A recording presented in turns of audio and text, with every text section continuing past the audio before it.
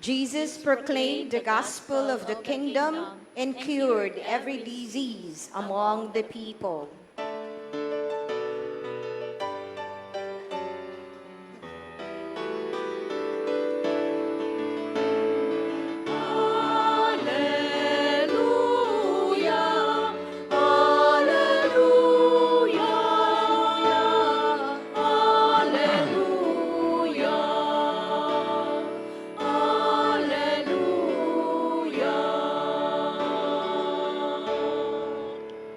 The Lord be with you. And with your spirit. A proclamation from the Holy Gospel according to Matthew.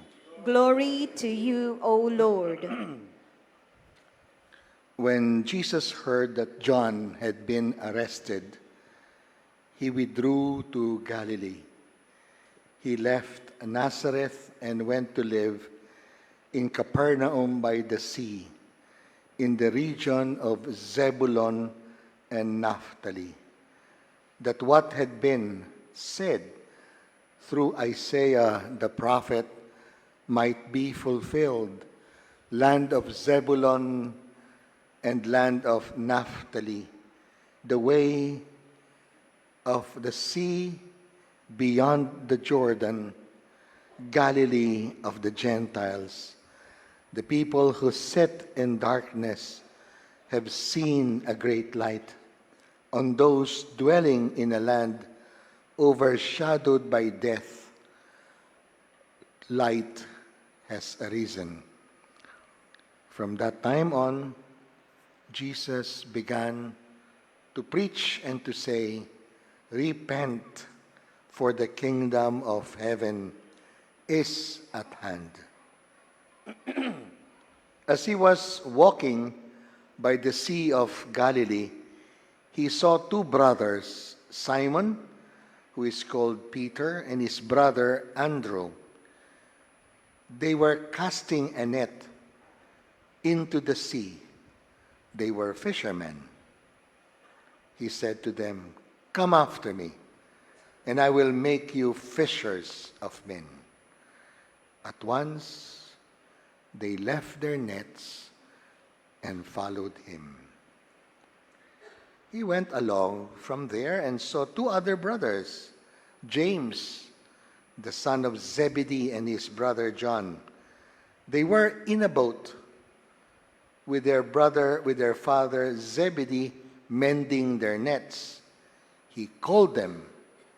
Immediately, they left their boat and their father and followed him.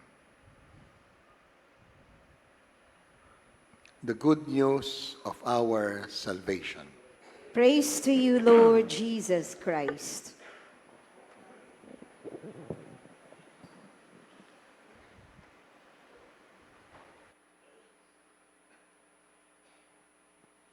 Kung sinusundan po ninyo ang ating liturgy, 4 na beses nang binasa yung first reading. In Christmas Day, in the time of the Magi, Epiphany, Three Kings, then last week lang, during our Santo Niño Sunday. Ngayon uli, paulit-ulit. But of course, the meaning gets something different depending on the gospel. Yun po ang kagandahan ng ating liturgy. We can have same readings, but because of the gospel, Jesus Christ, it takes a particular emphasis and meaning. What could be the emphasis of this land of Zebulun, land of Naphtali? While before you were degraded, now you will be raised up, because what was said by the prophet Isaiah a long time ago, a people who lived in darkness has seen a great light.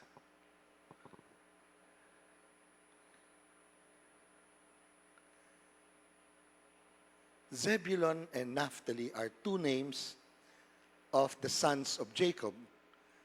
But then when they came back, after 400 years, of course, they became a tribe of Naphtali and a tribe of Zebulun. And they were given the northern side. Now, it so happened that they were invaded by the Assyrians that we call today Lebanon and Syria. They actually were not exiled. They lived there. But because of the invasion of foreigners, somehow the population was depleted of its Jewishness. Lalo na yung mga foreigners, lalaki, inasawa ang mga babae, somehow, because of that, the Jewishness nawala po because of that mixed marriage. Normally, a Jewish woman would marry a Jewish man. And yet, in that downgrading, sabi niya, don't worry, something will come.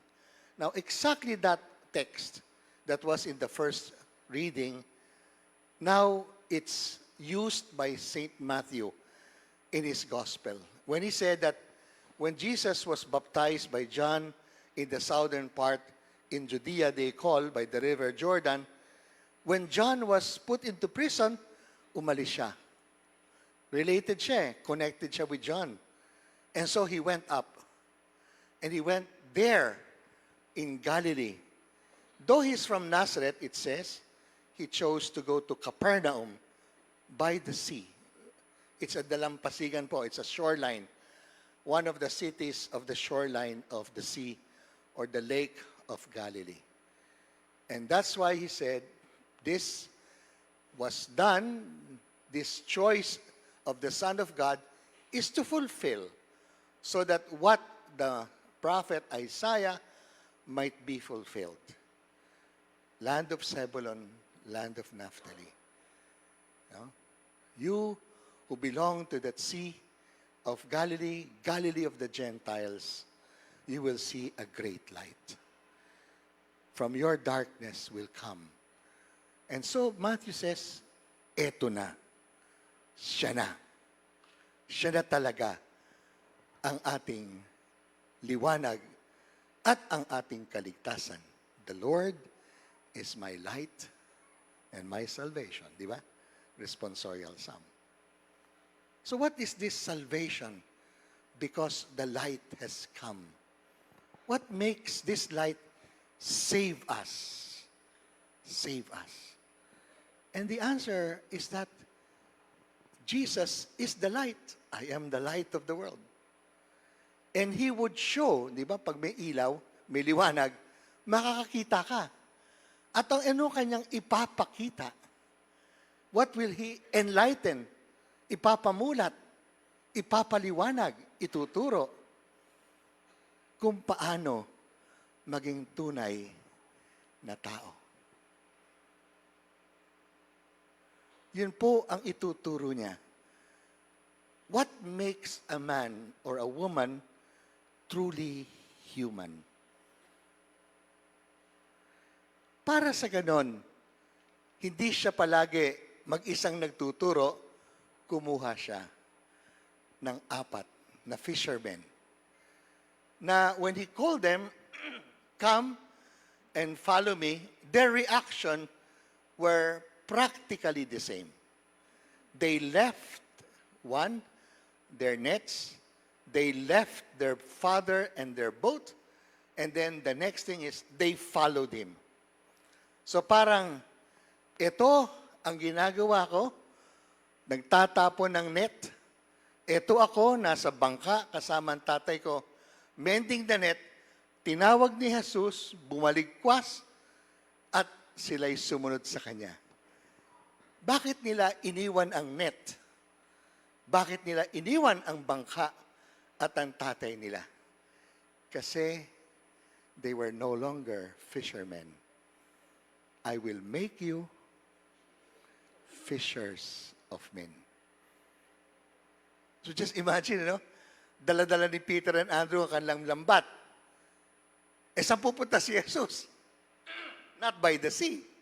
They will not cast nets. I mean, they will not fish. They'll be talking to people.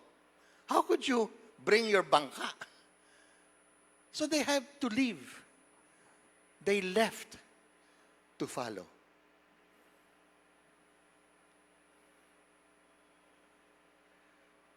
Kayo ba'y, ako ba'y sumusunod kay Jesus?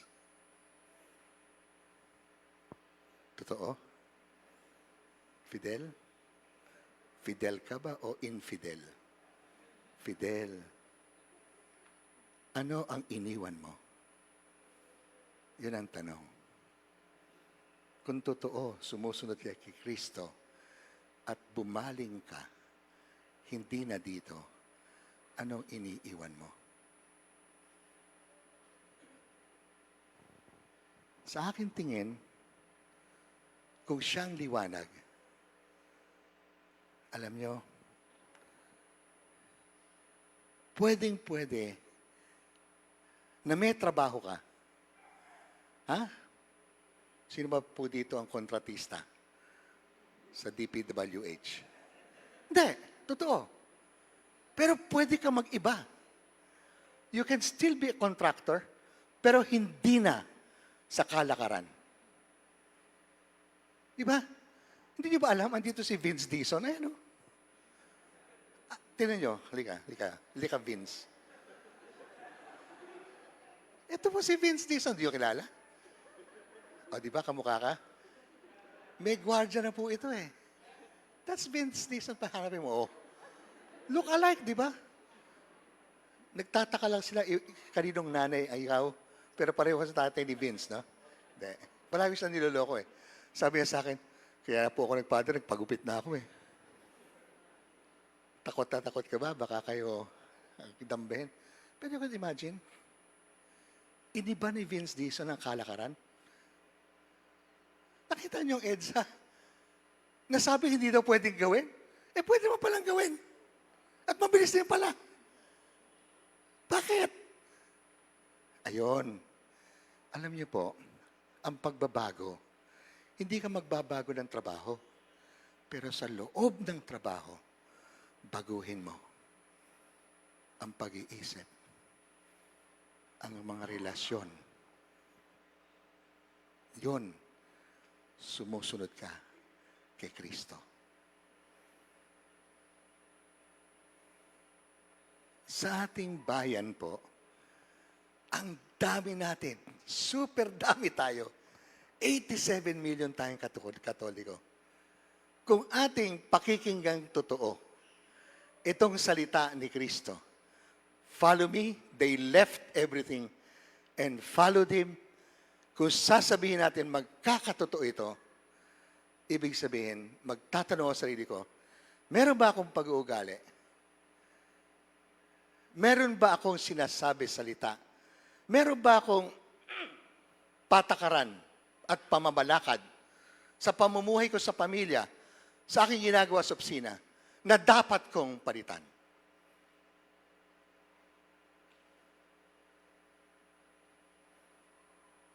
May nakilala po akong lawyer. Sabi ko, attorney, kamusta ba ang Pilipinas? Sabi niya sa akin, Father, ang Pilipinas, I'm very hopeful. Talaga? May kilala po ako nagpunta ng Canada eh. Nag-alsa balutan. Talaga? Yes, Father. Kasi itong nilabas na to, ang tagal na niyan. Nearly 40 years. It's been 40 years. Marcos, senior time pa to.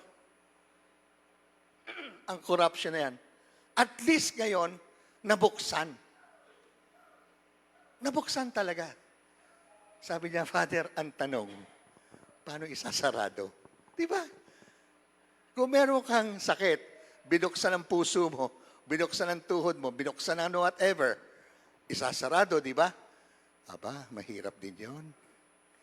How can you heal the open wound? Sabi niya, Father, kailangan po natin ng bagong liderado. O yung liderado ngayon, maging presidente, Congress, Senado, COA, Justice, whatever. At sabi niya, Leader pa kayo, Father? Pati CBCP, pati mga pare. Ano ang dapat nating gawin sa pagbabago sa ating leadership? Kasi nasa posisyon tayo, Father. Nasa poder ka, Father. We need to reform, starting with the church. Ano sa pamamalakad ng simbahan ang kailangan baguhin? Parang sabihin mo, Father, hindi mo pwedeng sabihin sa amin sa parokya na hanggang alas 4 mula alauna pagkatapos, hindi ka pwedeng gambalain kasi natutulog ka. Swerte mo naman, Father.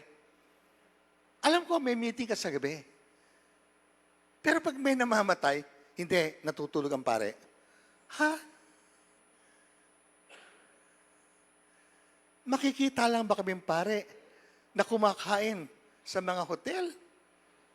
Sa magagandang kainan?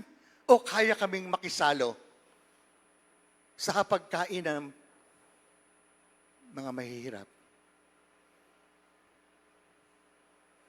Kaya ko bang misahan nasa isang squatter area at nandun sa koridor ang bangkay? Magmimisa ba ako doon? Wala namang stipend. Saan makikita ang ating leader? Huwag kayo tumingin sa akin, ha? Leader kayo sa pamilya.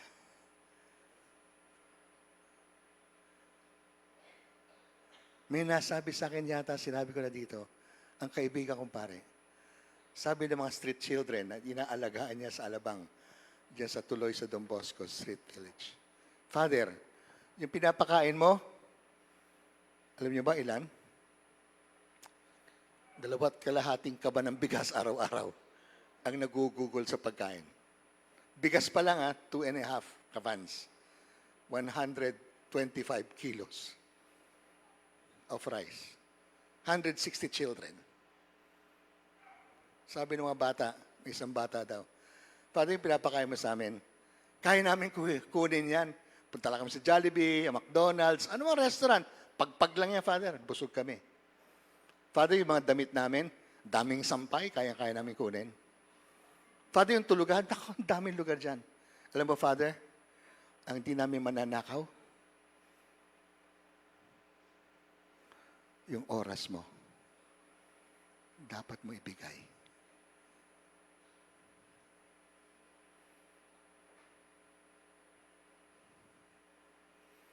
Si Father Rocky, nakikipag-chess kasama ng mga bata. With a doctorate in organizational development, rector namin, dean of college dati, principal ng kung ano-ano ba yan, inordain ni Pope Paul VI in 1970, 83, nakikilaro sa mga bata. May oras siya para sa kanila.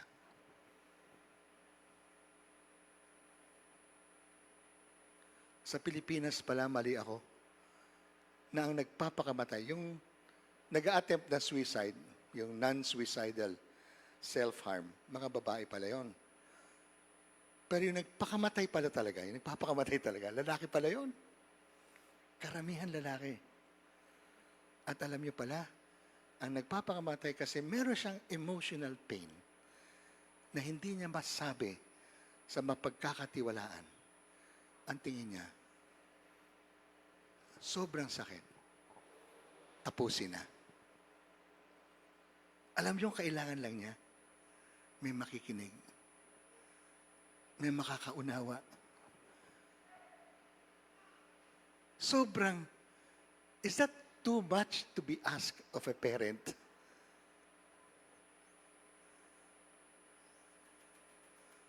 I don't think so. So tama si Jesus. Unang bibig niya, repent. Huwag kayo magpapintura. Repent, hindi repaint yan. Repent. Magbagong buhay, magsisi. And then, pinakita niya sa 4. Nagturo siya. And then, he cured. Nagpagaling siya. Sa ating panahon, mas marami ating trabaho, mga magulang. Huwag magturo. Dami nilang alam. Social media pa lang. Google mo lang yan. Sabi nila, information, data, is cheap. It's the process. And the process is, it takes time to heal. Healing. Matagal yan. And yung nagtsatsaga, yon ang nagpapakita paano maging tunay na tao. Sapagkat hindi naman niya problema ang ating pagkakasala. Ba't siya bumaba? Ba't siya pinababa ng Ama? At ba't siya mismo himself nasaktan? Para lang pakita sa atin, kaya din natin mag-alay ng masakit kahit hindi natin kalat. Huwag niyo lang sisihin ang mga leaders natin. Linisin na lang natin ang kalat sa ating kakayahan. Kahit anong liit, pero gawin na natin mismo. Mismo kaming mga pare, mismo kayong mga magulang, kayong mga executives sa iba't ibang tanggapan. Di man natin kalat, magpaistorbo tayo. Kasi yon ang makataong gawa. I believe in God.